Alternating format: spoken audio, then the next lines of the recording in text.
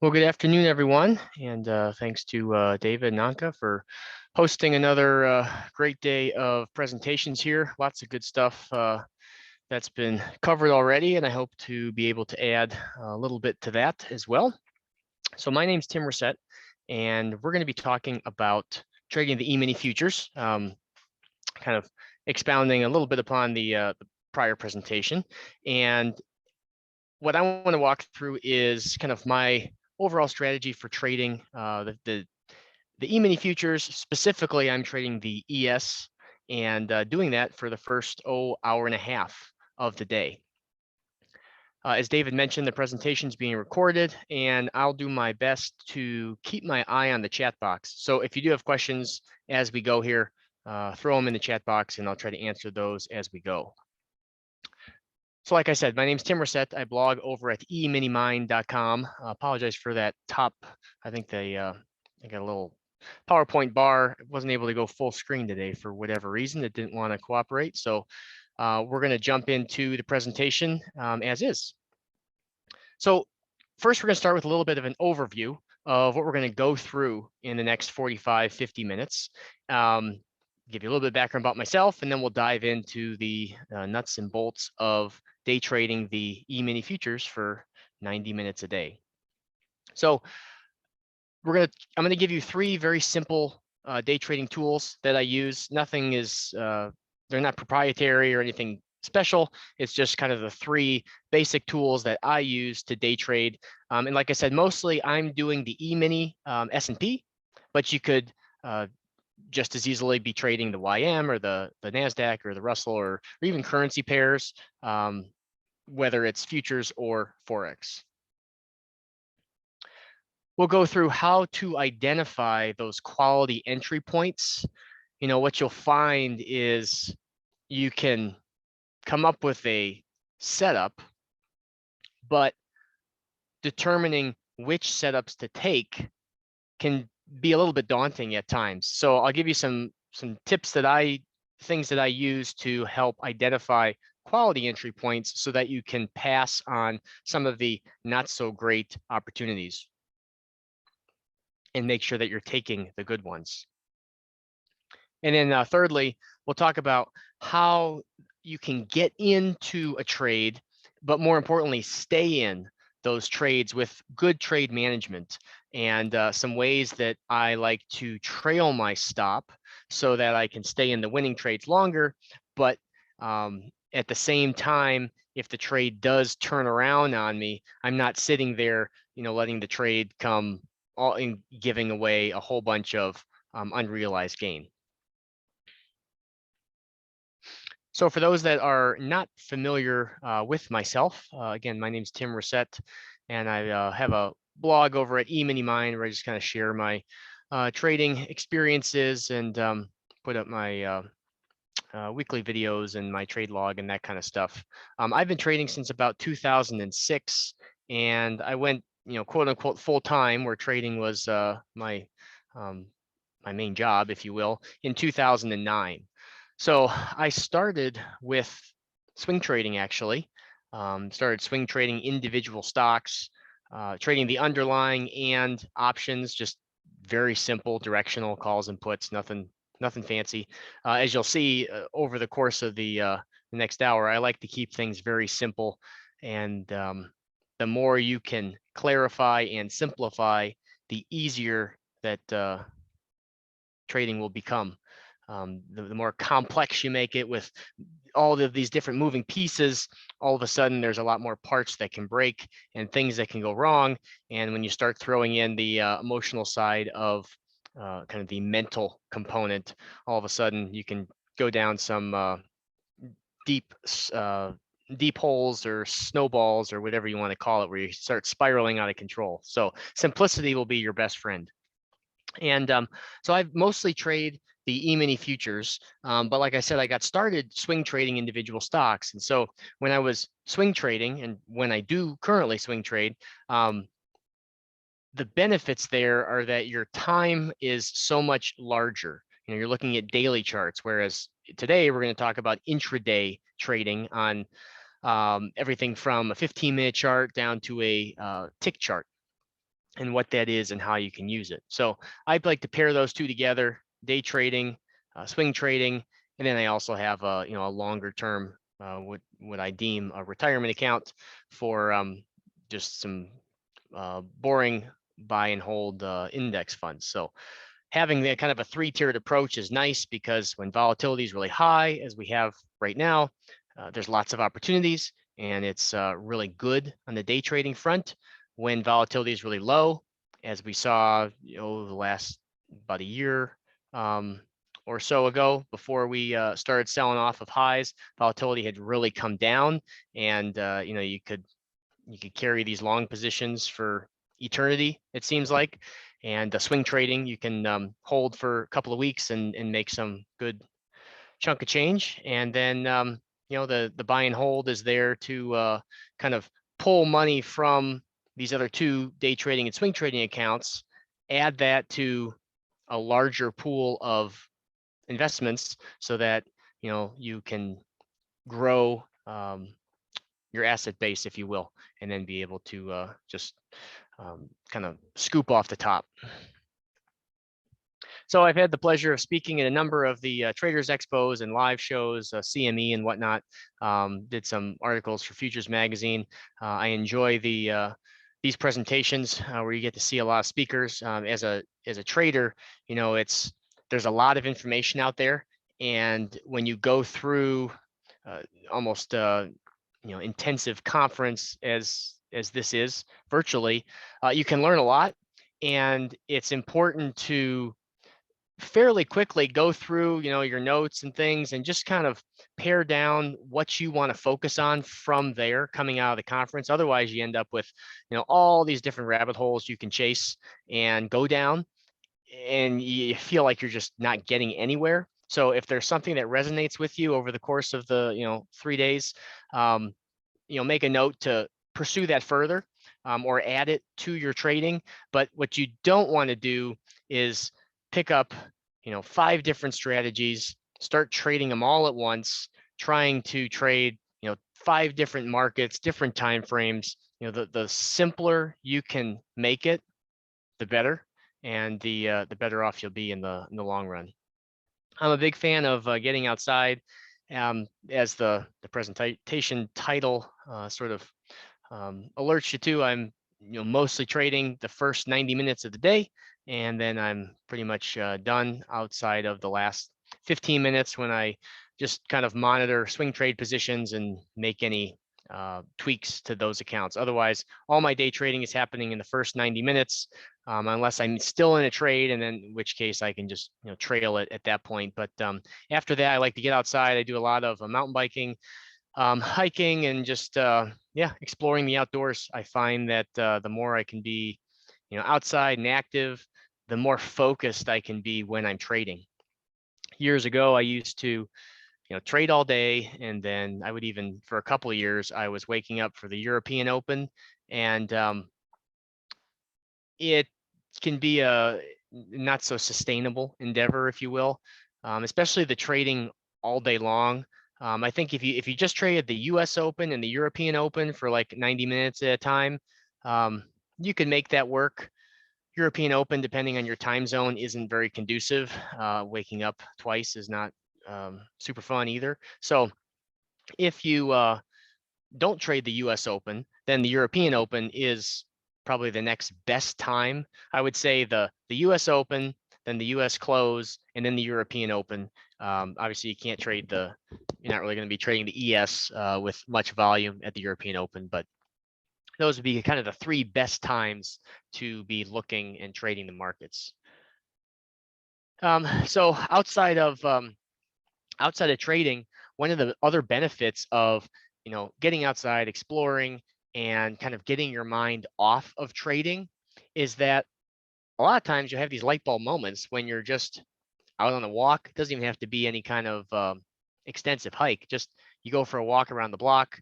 You take a trade, and you go refill your coffee, and you go for a quick walk around the block, and then come back and sit down and keep trading.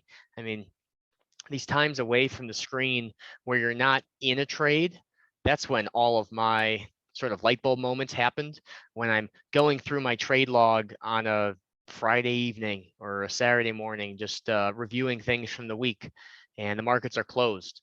That's when a lot of things really clicked for me over the years.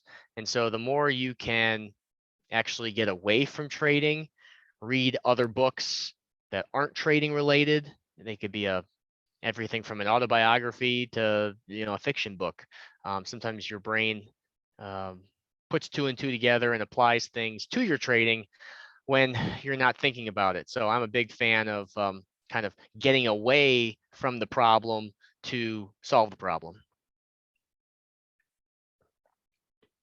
And I'm also a ASU Sun Devil. So for those that are ASU fans, go Devils.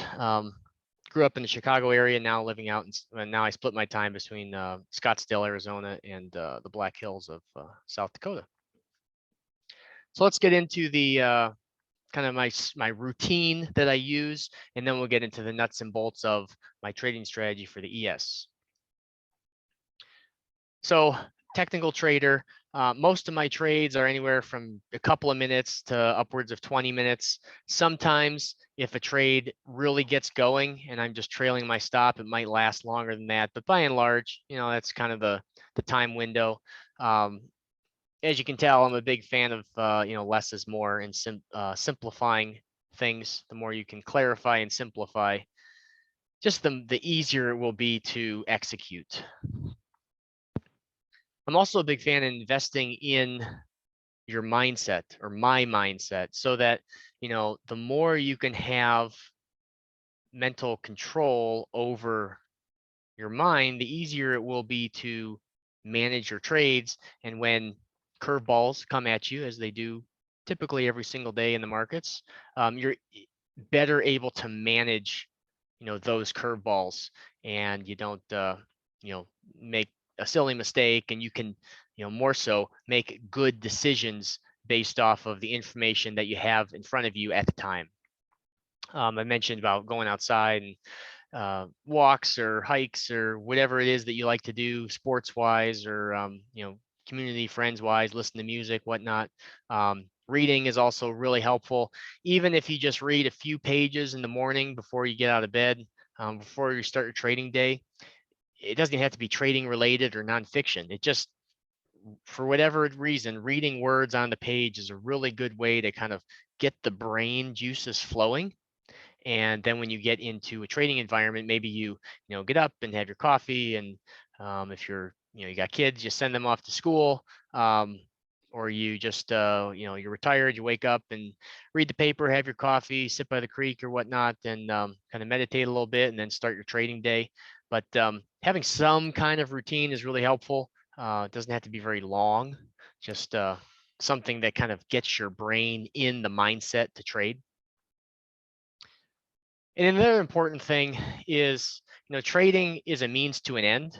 So, before we get into the nuts and bolts, a lot of people, turn to trading almost as an escape or an out for their current job situation. And trading is not always the proper journey, if you will. A lot of people, what they're really looking for is more time to do things that they want to do, and their 9-to-5 job is eating up that time. They need more money so that they can, buy the things they want or live in the place that they want, so that they can, then have more time to do the things that they want. So if you're on the newer side of trading, or if you've been doing this a long time and are just really frustrated that you're not really meeting your goals, it's important to step back and say, okay, would it make more sense for me to go into, purchase some type of franchise to where I can, own this business, and it can sort of passively kick me off income, so that I can then have the time to do what I want. And so while trading for 90 minutes of the day is really great, at first, it does take a lot more upfront time to develop the skills, develop the familiarity of looking at the charts, drawing the setups. And just like when you watch a 2-hour basketball game or a hockey game or whatever sports game you're into, you're only seeing the performance, if you will, and shooting a free throw, it just looks effortless. Behind the back stick passes and stuff like that, and all these things that are very complicated really just roll off basketball players' fingertips. And the when Tiger Woods hits a shot, it's very effortless, but what you're not seeing are the hundreds and thousands of hours of time practicing and training. And so my background coming from the competitive cycling world, there's a lot of parallels to trading. And so if you can think of trading as a means to an end, it can kind of relieve some of the pressure. And if you can fit your trading into your day in a structure that is sustainable, where you can continue doing it for the long run, then you'll be much happier and be able to do it for much longer. If you put kind of ultimatums on it and say, okay, well, I need to be trading 10 ES contracts by the end of the summer, and I'm going to quit my job tomorrow and figure it all out. There's a lot more pressure that ends up sort of being put on you. And I actually just listened to a podcast with Mark Cuban where he was talking about some of these really, really fantastic entrepreneurs. Most of them sort of have their hands in a couple different projects at once. You think of Elon Musk, SpaceX and Tesla, and now Twitter. Just getting the brain juices shifting gears a little bit so you don't get stuck in a rut is really, really helpful. Those long-term goals really help facilitate the daily goal. So if you can have a bigger picture in mind, then as the days, kind of go up and down and you go through some challenging times, it's easy to get through because you've got a bigger picture in mind.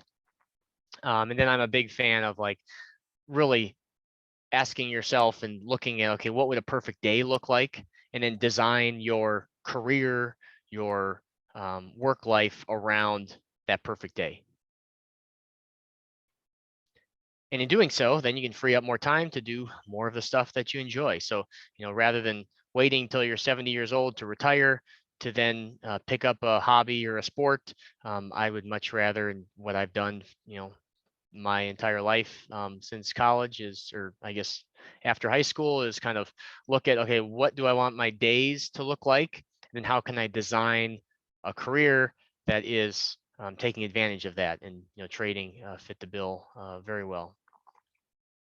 So let's get into some of the way that I set up my charts, and then we'll talk about the trade entries and how I manage my trades. So I like to use tick charts, and the tick chart is based off of a number of transactions. So instead of like a 5-minute chart being based off of 5 minutes of time, a tick chart, each bar, instead of 5 minutes or 15 minutes or an hour forming each bar, the tick chart bar forms after a certain number of transactions. So I like to use 512, and that way, if more bars are forming, if the bars are forming really, really quickly, that's showing you that there's a lot more volume. If you look at the markets after hours, after the New York session closes, the 512 tick bars take a longer time to form, whereas 5 minutes time is going to be 5 minutes, whether there's 1,000 transactions or 2 transactions.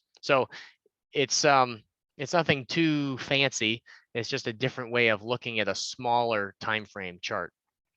So it's just based off of price and the number of transactions that are occurring. So if you looked at a tick chart next to a traditional 5-minute chart, but you took off the x-axis, you would know if it was a tick chart, an hour chart, is a daily bar. They all look the same. It's just the number of transactions are closing that bar versus a duration of time.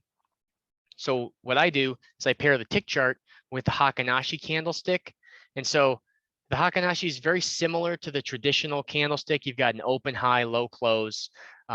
Sometimes they're red and green, like I use Thinkorswim, so my bars are red and green. Sometimes they're just black and white. Typically, they will be shaded or filled if it's a bearish bar and unfilled if it's a bullish bar. Pretty basic stuff. But the Hakanashi is slightly different to where its open of the current candle starts at the midpoint of the prior candle. And so this chart is just your traditional candlestick chart. And if you look at that exact same chart with the Hakanashi study, if you will, on top of it, or version of the candlestick, it just smooths out the trends of bullish and bearish bars. So like I said, mine are red and green. Yours might be white and black, or filled, unfilled. The Hakanashi just helps smooth out some of the trends that you see. And I find it really helpful to identify different patterns, especially when the market is choppy. That choppiness really stands out a lot more with the Hakanashi. So you don't need those two things to trade. Those are just two of the tools that I find really helpful for my own trading.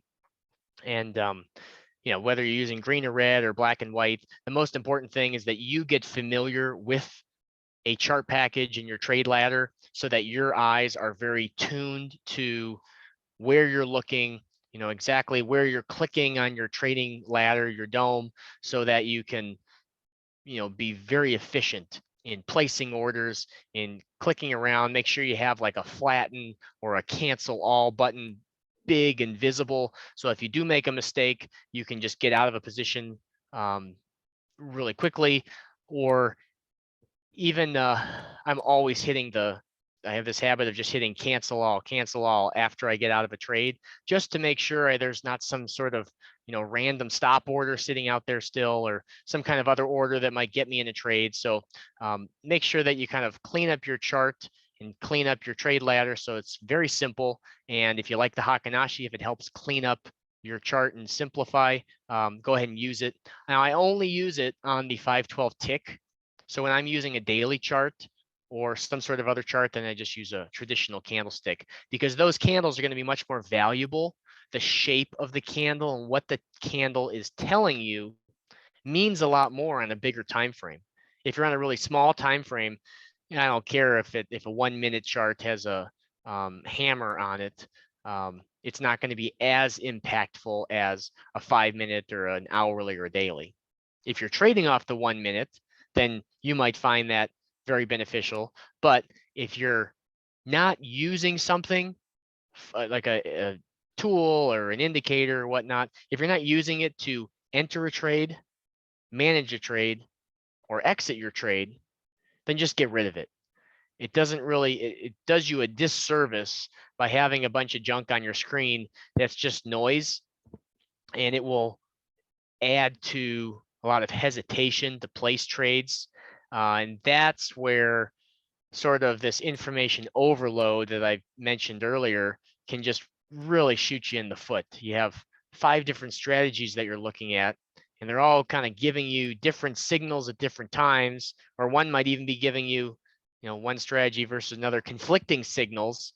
And so how are you going to take a trade when you got one strategy telling you go long, the other strategy is telling you to go short? So I like the Hakanashi. It helps show me the trend, and the trend changes. And for that reason, I find it useful. So you pair those together, the 512 tick, the Hakanashi, give you that visual representation. And as we're going to get to here in a minute, we'll talk about identifying the trend and the trend changes. So this would be the traditional candlestick on the left. You can pretty easily tell it's in the downtrend. And then you can kind of see this consolidation towards the bottom right of the chart. But when you put the Hakanashi on it, it just becomes much more clear that, okay, we're in this screaming downtrend here of, no green bars, no pullbacks whatsoever. And then you get this consolidation or range bound action where it's pretty clear to see that change in trend, where you are going sideways and then you're moving down, then you're going sideways, then you're moving down. And so, it just helps simplify some of that chop so that you can stay out of those choppy situations and not get tricked into thinking that there's something worth trading when there's not. So the first thing that you want to do when you're looking for trade setups is to first identify the trend so that you can determine where the trend is about to change, so you can be in the trend early. So you're almost, thinking about like a chess game. Okay, if I want to get checkmate right over here with this formation, okay, I got to back up in steps, and then I got my rooks over here, I get my queen over on this side, and you kind of work your way backwards. And that's what we're going to do here to get to the trade setup and the execution. So most of you are all probably pretty familiar with just the basic structure of the market. It doesn't really just go straight up or from like point A to point B. There's lots of little undulations and pullbacks and advances and declines and whatnot. So when you get this kind of series of ups and downs, it's really helpful as an exercise to go through and just kind of highlight or put a mark at the various high points on the chart and the various low points, and then go through and look at, okay, where is this high in relation to the prior high? This swing high, is it higher or lower than the prior swing high? And then going back to just the basic higher highs and higher lows of an uptrend, lower highs and lower lows for a downtrend, we can then start to put together uptrends, downtrends, and sideways movement. And all this is just driven by basic human behavior. So even though there's a lot more algorithms and computerized trading going on these days, by and large, it's all those emotions of fear and greed. So the uptrend, pretty clear, higher highs and higher lows. A downtrend, lower highs and lower lows. And then when we get to, marking up the chart, we end up with the situation where we have lower high, lower low, lower high, lower low. We're going in a nice clean downtrend, down, down, down. But all of a sudden we break a swing high. We break one of those lower highs. And it's at that point that, your red flag should go out, and seeing that, okay, we are in the process of changing trend. That downtrend has now been, the downtrend has been broken, and we have a potential new trend up, in this case, starting to form. So once you make that higher high, you're looking for a pullback to put in a higher low. So now instead of lower high, lower low, lower high, lower low, you're getting higher high, higher low, higher high, higher low. And it's at that point when you break the swing high and you pull back to the higher low that the trend is now changed and going up the opposite direction. If you just turn the chart upside down, you can just flip it over, and higher highs and higher lows that break a swing low. Now the uptrend is broken and we're going into a downtrend. And so those kind of two, or that area, whether it's a long going into an uptrend going into a downtrend, or a downtrend going into an uptrend, those are the areas that you can get the most bang for your buck, getting into trades early, and then you're already sitting in a nice profit when it becomes very, very clear and everyone else is jumping into the trend, just taking it a little further. And then you can be getting out when the late to the party Charlies are jumping in and you're cashing out and they're losing out. So let's talk about getting into the trade at those points.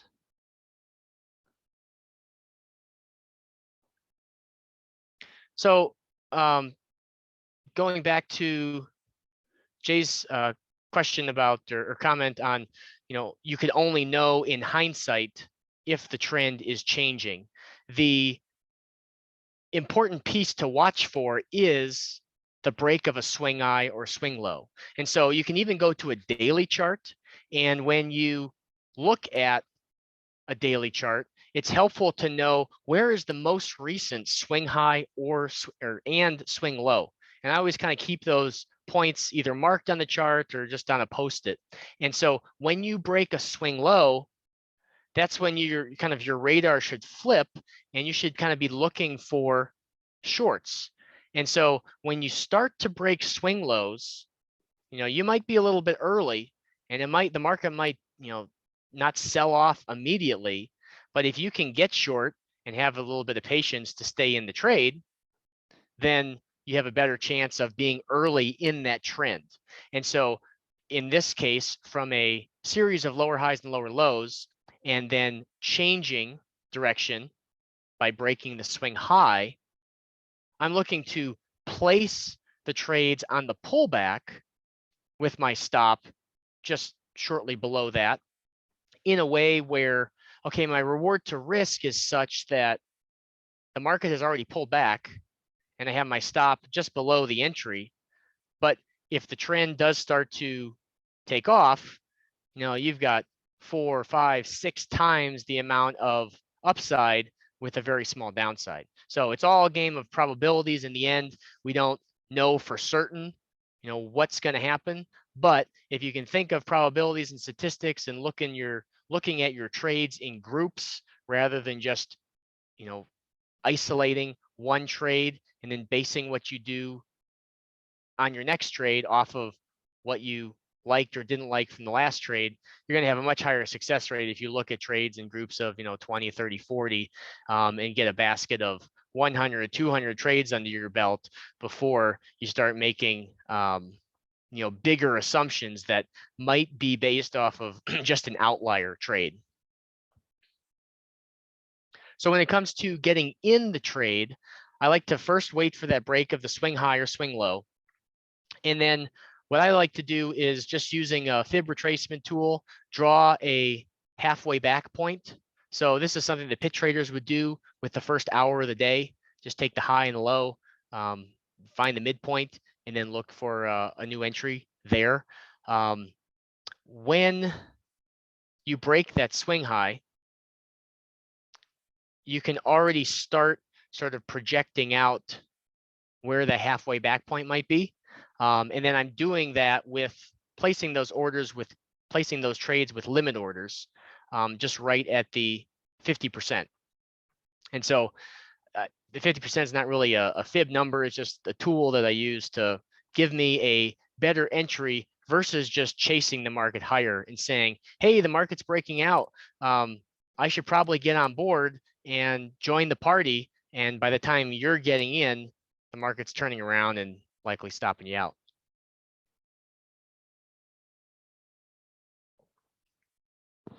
So that's pretty basic as far as looking for a trend change. You break a swing high or a swing low, and looking for that on the 512 tick chart is really beneficial.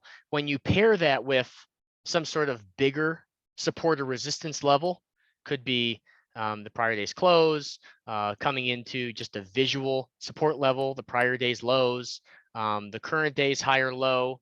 Now you're starting to add layers of support for longs and resistance for shorts. So once I get into a trade, this will apply to the ES, but you can easily adjust it to, YM, NQ. Those are probably the other two more popular markets to trade. I use a 2-point stop and then a 3-point target on the first half of the position. So if you are, if you're not comfortable trading at least 2 contracts on the minis, I would suggest going down to the micros so that you can, practice trading multiple contracts so that you can work your way up to multiples on the minis. It's very difficult to just trade one contract because you have to pick, okay, this is going to be my exit point. Is it going to be a fixed target or am I going to trail? And if it doesn't work out the way you want it to, you're going to kick yourself. And in the next trade, you're going to want to do the opposite. And you just kind of be on the back foot every time. So when you get into multiples, and what I like to do is split the position in half and take off half the position at 3 points and then trail the second half of the position. And that, it just frees up your mental capacity for The trade can do whatever it wants. If it goes against me, my stop will take care of it. If it goes 3.5 points and reverses, well, I come away with the winner. And if it decides it wants to run, then I can lock a little bit of profit in early, and then I can trail from there.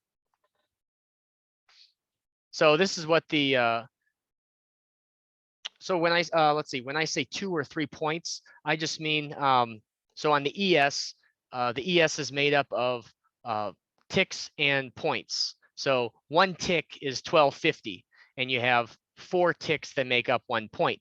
So a 2-point stop on the ES is essentially $100 per contract.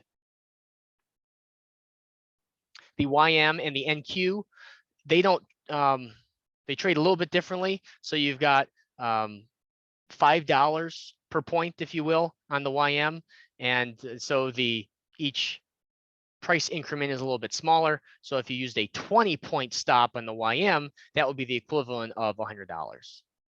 Yeah, for those that are trading Forex or just individual stocks, that's probably the biggest difference with futures is you have these ticks and these points, and then with currencies and whatnot, you have pips. So it's just that increment of price change.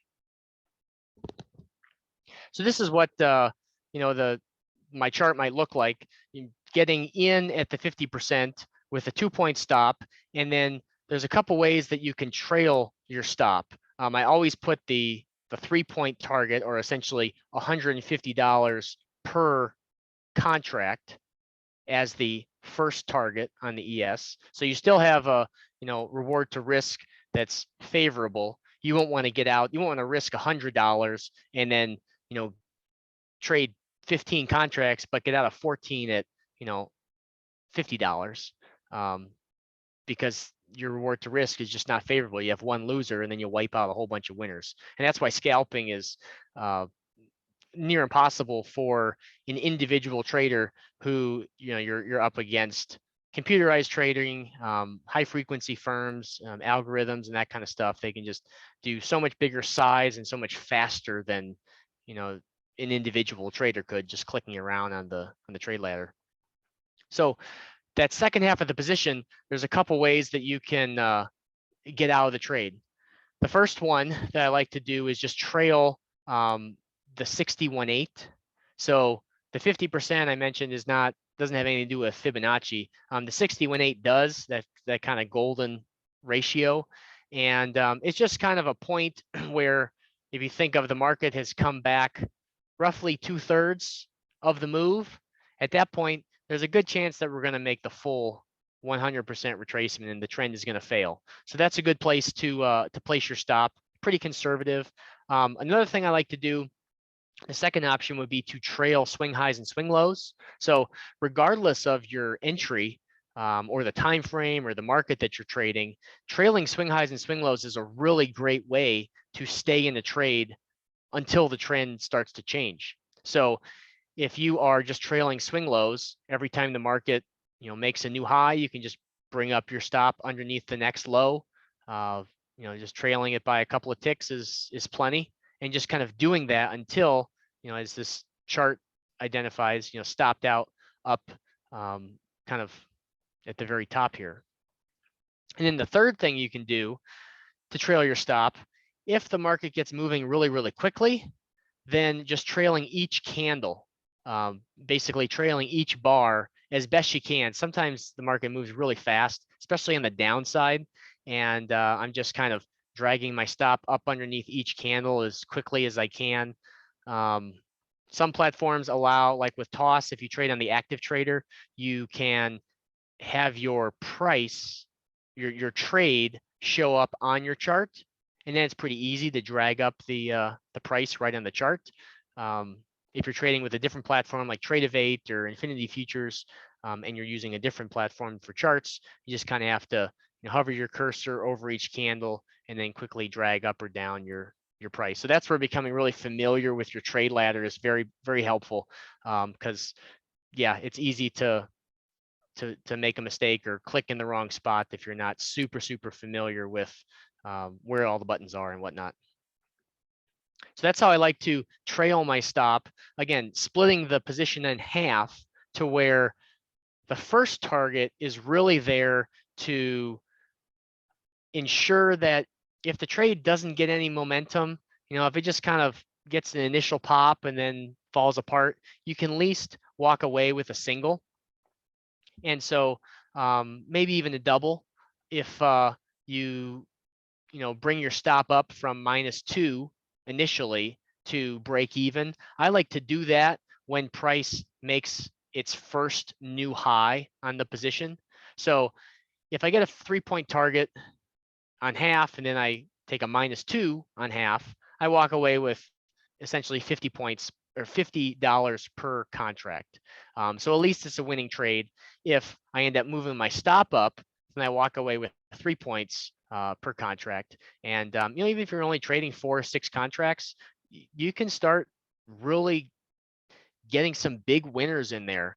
I wouldn't recommend starting with 6 contracts, even if you've got a $100,000 account, just because there's going to be some challenges up front and you're going to make mistakes, and you might as well do that with 2 contracts instead of 6 right off the bat, or start trading in the micros, spend 3-4 weeks on sim just to get your familiarity with your platform and click around and not have any repercussions. Then go to the micros, make 50 trades, get familiar with real money, and see, you might be able to completely master your trade strategy, but then all of a sudden you get a little bit of money on the line and it just goes out the window. You're closing out of the trade for 1 point, and then the thing is running 10 points and you're just closing out because you're scared of losing. Those are the kind of things that really hurt in the long run, because it is all a game of statistics, and you need those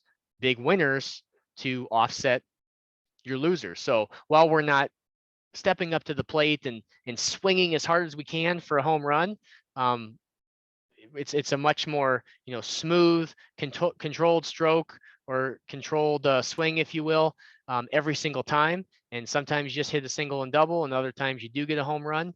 But trying to be as consistent as possible with your routine. Okay, I step up to the plate, I do my little pre-swing routine, and then I swing at the pitches that look good. You'll have the highest win rate that way.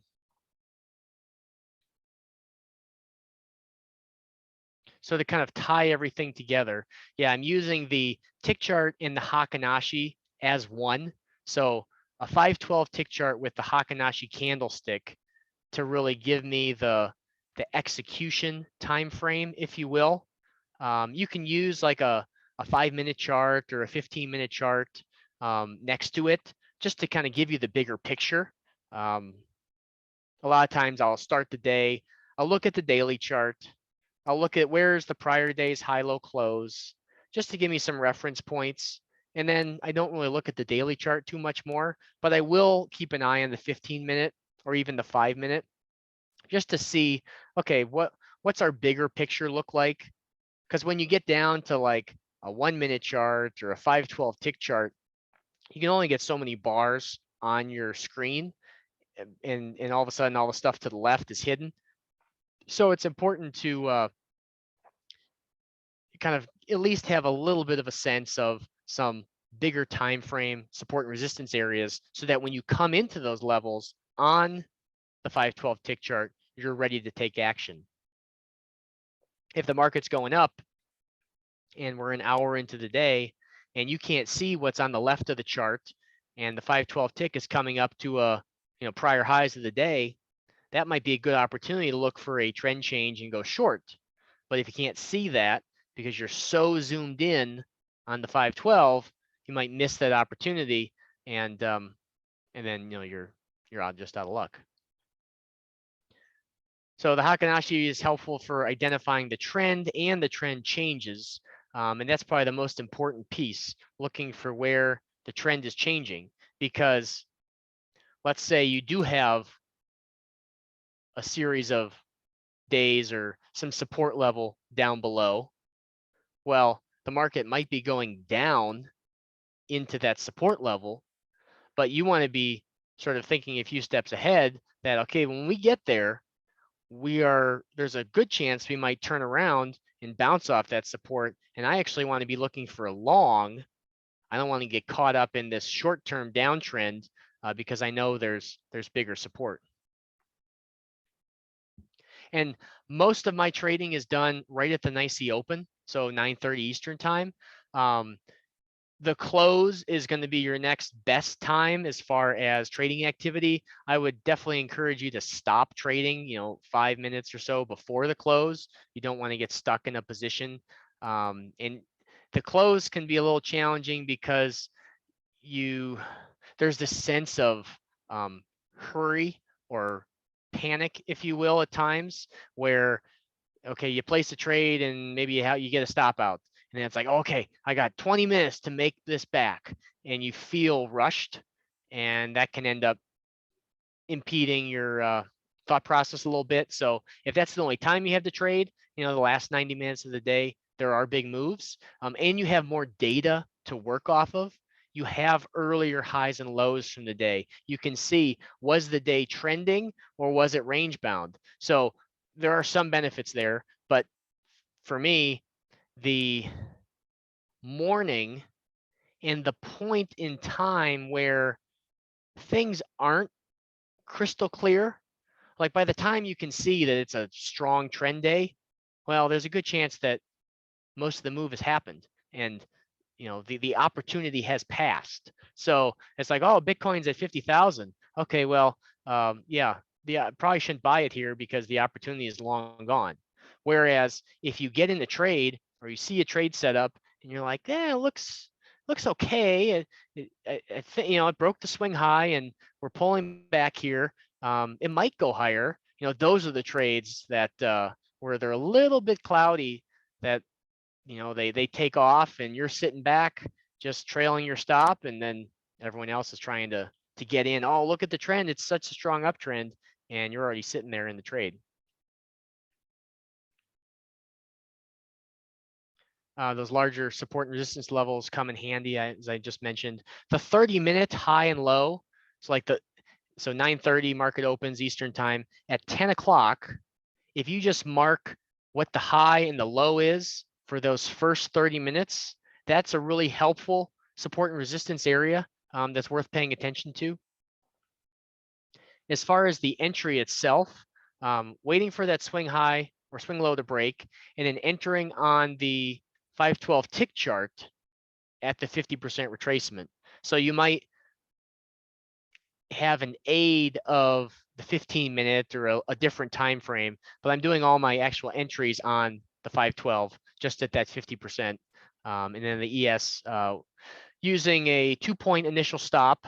If you're trading the YM or like the NQ, 20 points would be the equivalent. Going 25 would give you a little bit more room. The NQ can be it can be very hard to trade at times. The price movements, like on the trade ladder for the NASDAQ and the YM, those things move so dang fast.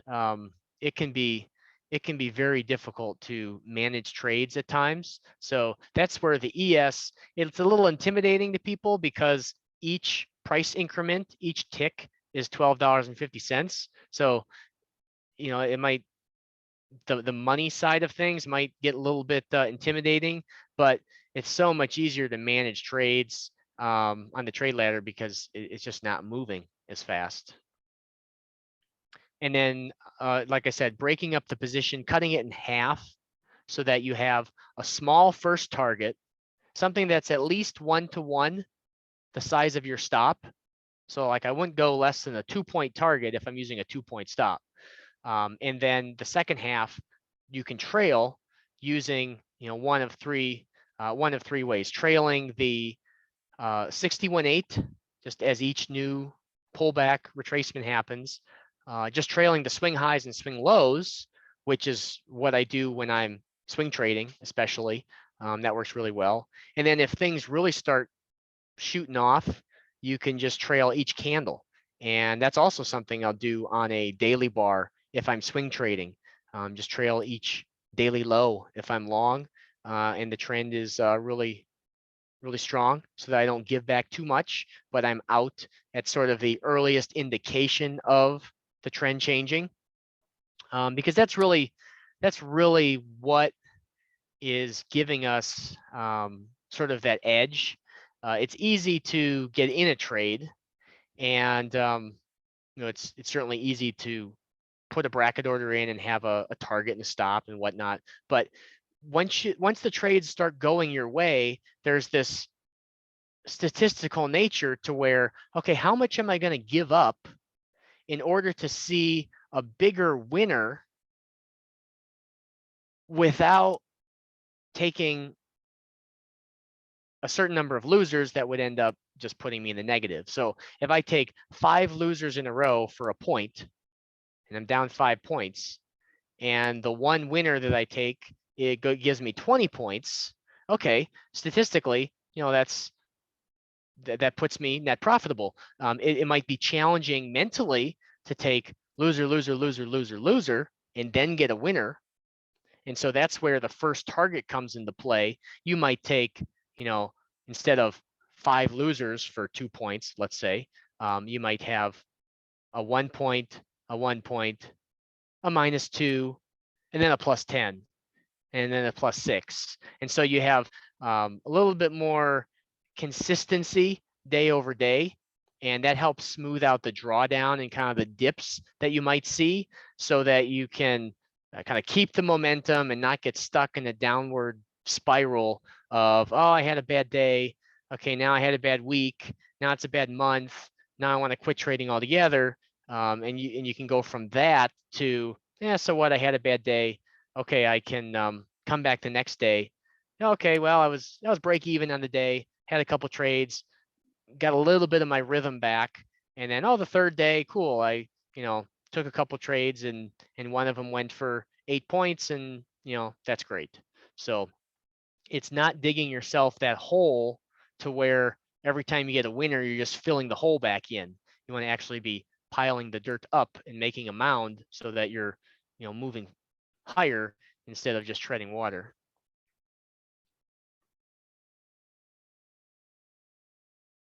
Most of my trading that I do across all markets, I do stick to the 512 tick chart. There's other intervals you can use. You can go smaller, you can go larger. 233 is kind of one step smaller. 1024 would be twice 512, and that's kind of the next step larger.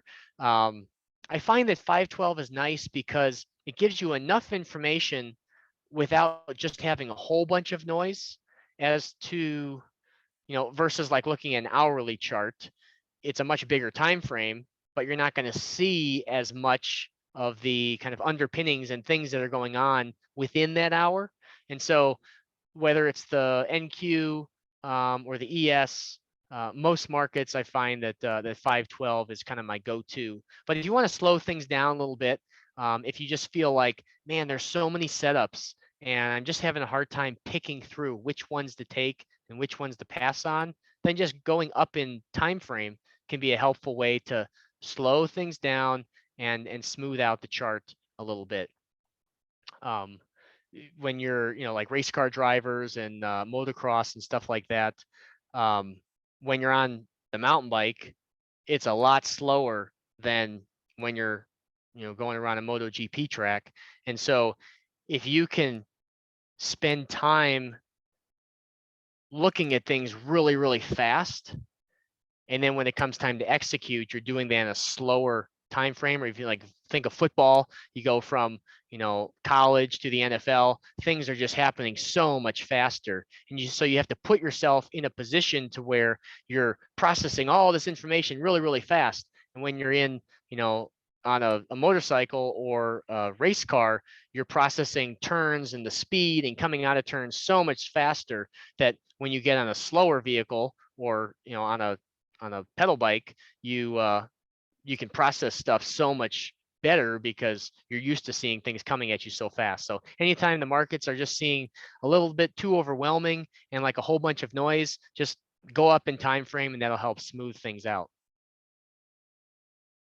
Let's see. So as far as return goes, if you can shoot for like a 2-to-1 reward to risk and 60% win rate, you'll be in a good ballpark of range where you can have some mistakes and you're not just depending on one giant home run for a big winner. So those are kind of two numbers to work towards. Your average winner can be twice your average loser, which with this style, with any individual trader, that's kind of what you should be looking for. Certainly you're going to have bigger ones, but if you can average like 2.5 to 1 as your R multiple, and then shoot for like a 65% win rate. It might not seem super high, 65%, but if you're trying to shoot for 80, 90%, more than likely it's going to be like a scalping strategy, and you can have these really big win rates, but then one loser just takes out all of the winners. So you want the numbers that I keep track of in my trade log, or if you use some kind of online journal or whatnot, average winner and average loser, the dollar winner, average dollar winner, and average dollar loser. And then through those four variables, you can calculate R multiple and expectancy. And expectancy is just on average, how much can I expect to make per trade? Am I, making $50 per trade or $100 per trade? Obviously, you want it to be positive, and that's when you can start. You get a couple hundred trades under your belt, then you can start scaling up in position size, and you don't want to go too big too fast, but every 50 trades or 100 trades, you can kind of reassess. That might take you 2 months, 3 months. And then you can kind of reassess, okay, do I want to go from 2 to 4, or am I just comfortable trading at 2? You'll reach a point where it's like, okay, you go 2 to 4 to 6 to 8 to 10, and you're like, ooh, I'm starting to sweat again now that I'm trading 10 contracts. Let me dial it back. Okay, ooh, 6 feels a lot better. I don't really feel any emotional attachment, and then that's kind of the sweet spot until you maybe reach some other threshold or period in your life where your risk tolerance might change again. So that's what I've got for you. If you go over to emoneymind.com/success hacks, I've got a handful of other little tips and tricks that I've used over the years to kind of streamline my days and my life to kind of free up time like we were talking about earlier, so that you can spend the time really focused and intentional with your trading, but then also get outside of the computer screen in your office and go do fun stuff. So thanks for tuning in, everyone. Thanks to David for inviting me back, and I hope you all have a great rest of your week.